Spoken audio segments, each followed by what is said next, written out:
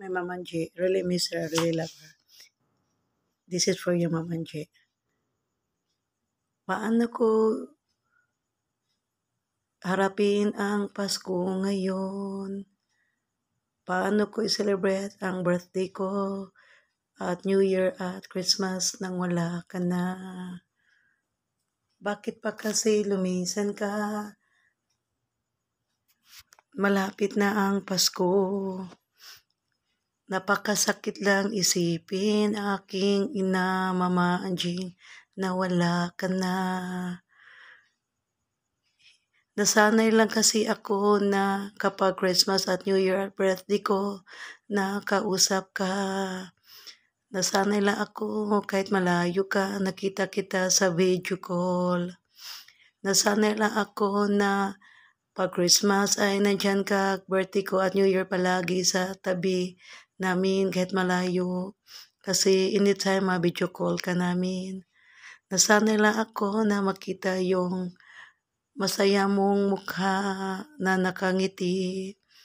Nasanay lang akong marinig ang magandang boses mo, aking Mama Anjing. Paano ko ba i-celebrate ang Pasko New Year na wala ka na? Napakahirap lang isipin na ito ang unang Pasko, New Year or birthday ko na wala ka na. Paano ko ba sasalubungin ang birthday ko at Pasko New Year? Sana nandito ka lang sa tabi ko at masaya lang tayo, aking ina. Sana ay kumain na tayo ng favorite at masarap na pagkain, aking ina. Diba yun ang gusto mo at gusto ko na mangyari sa buhay natin, aking Mama Anjing? Paano ko harapin ang birthday ko na wala ka na? Paano ko harapin ang New Year at Christmas na wala ka na? Kaya hindi lang ako mag-celebrate ng Pasko dahil napakasakit isipin na wala na aking ina.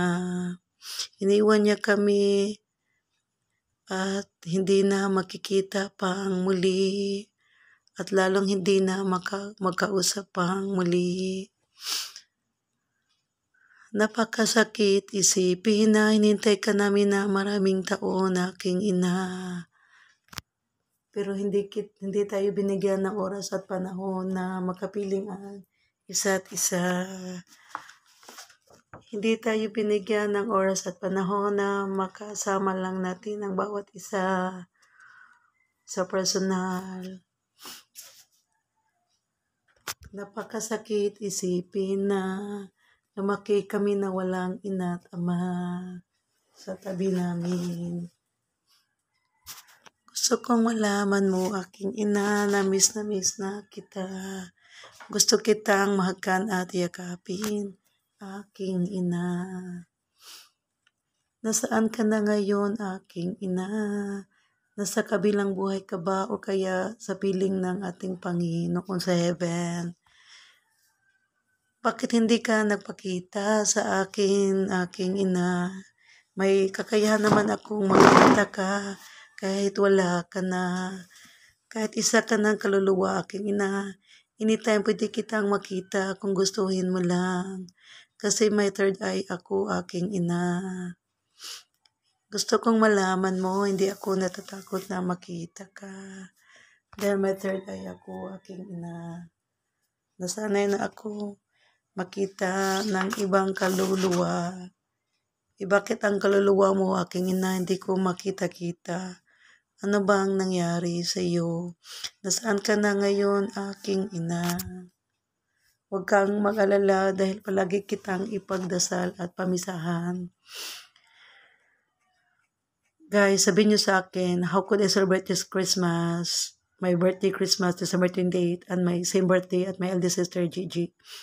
December 28, Innocents Day, and New Year. How could I celebrate Christmas New Year? How could to celebrate Christmas Day?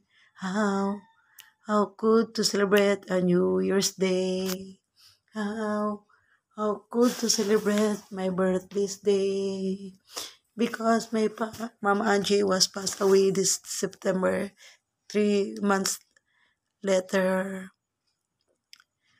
Well, it was so sad and hurtful moment, and I was so really hurt because how could I celebrate this coming Christmas 18 days ago, New Year birthday of me, and same birthday to my eldest sister Gigi.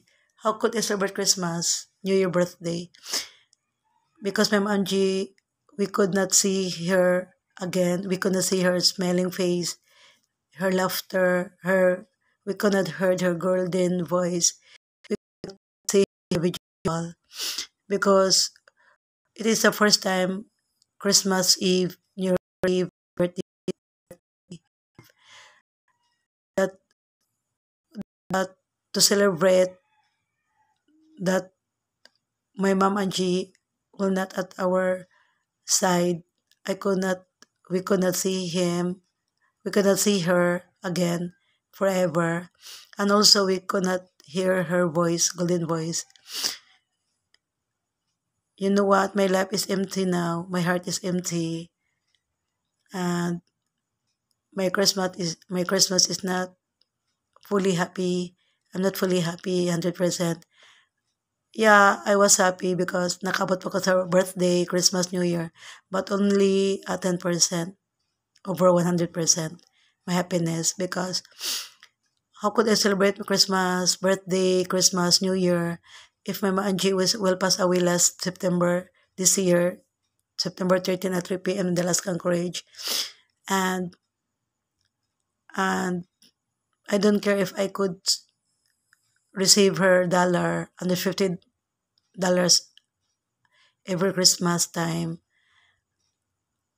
All I want is Christmas is you, Ma'am Angie. That song is dedicated for you. And also, sa araw ng Pasko at kasadyaan ng taknaan. Ma'am Angie, how I wish you will be here at my side and I could dance with you. You know what? You told me I don't like to see anybody dancing there. I would like dance only you and Ann. And Chris can sing you and Gigi and me.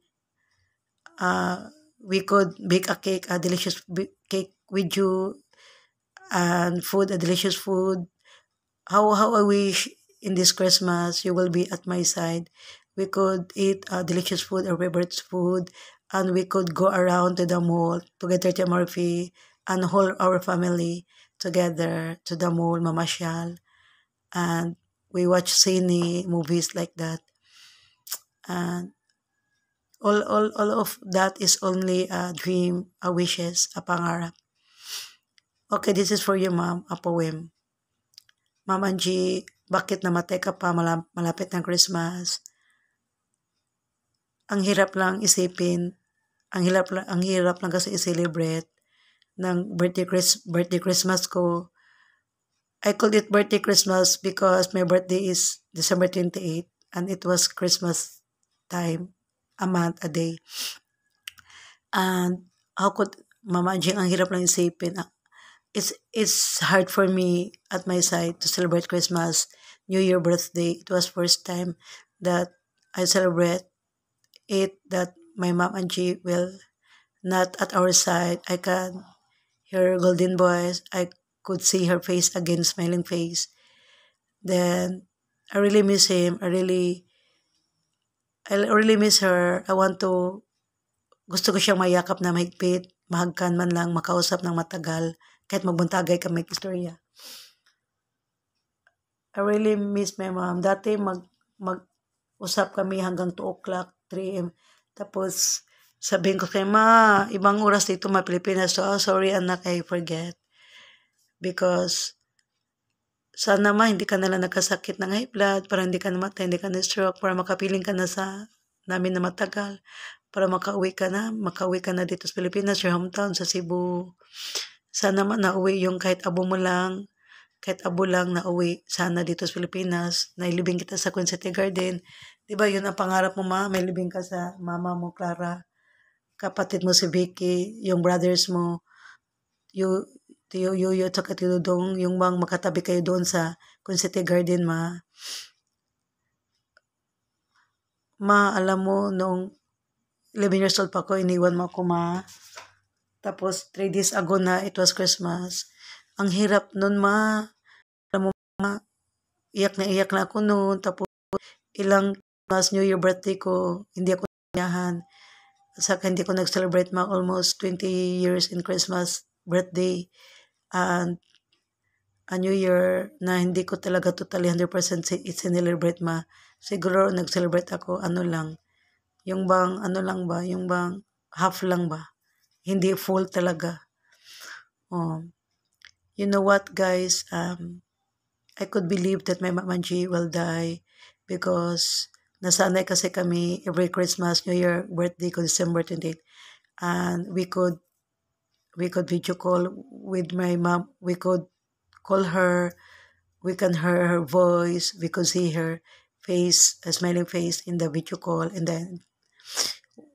then so paano na kung guys, this Christmas, Pasko, New Year, birthday ko, wala nang mama ko, wala na akong matawagan. Lalo na pag if I have problem, I could not share her anymore, my problems.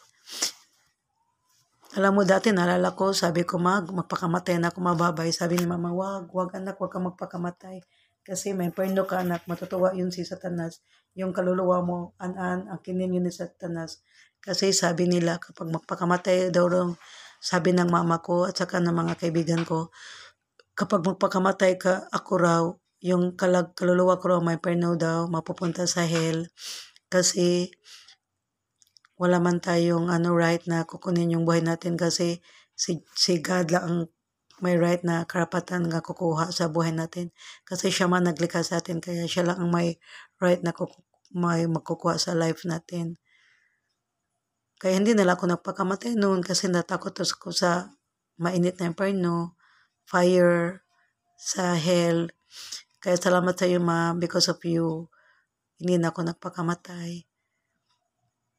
At promise, hindi na rin ako magpakamatay kahit kailan pa. Hindi ko na yun maisipin. So,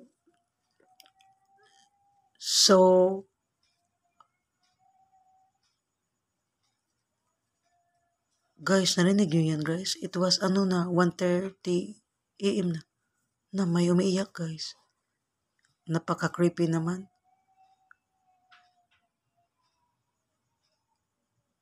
Kasi sa amin din, we're near in the, river eh. My house is near in the river. By the way, guys, you know what? I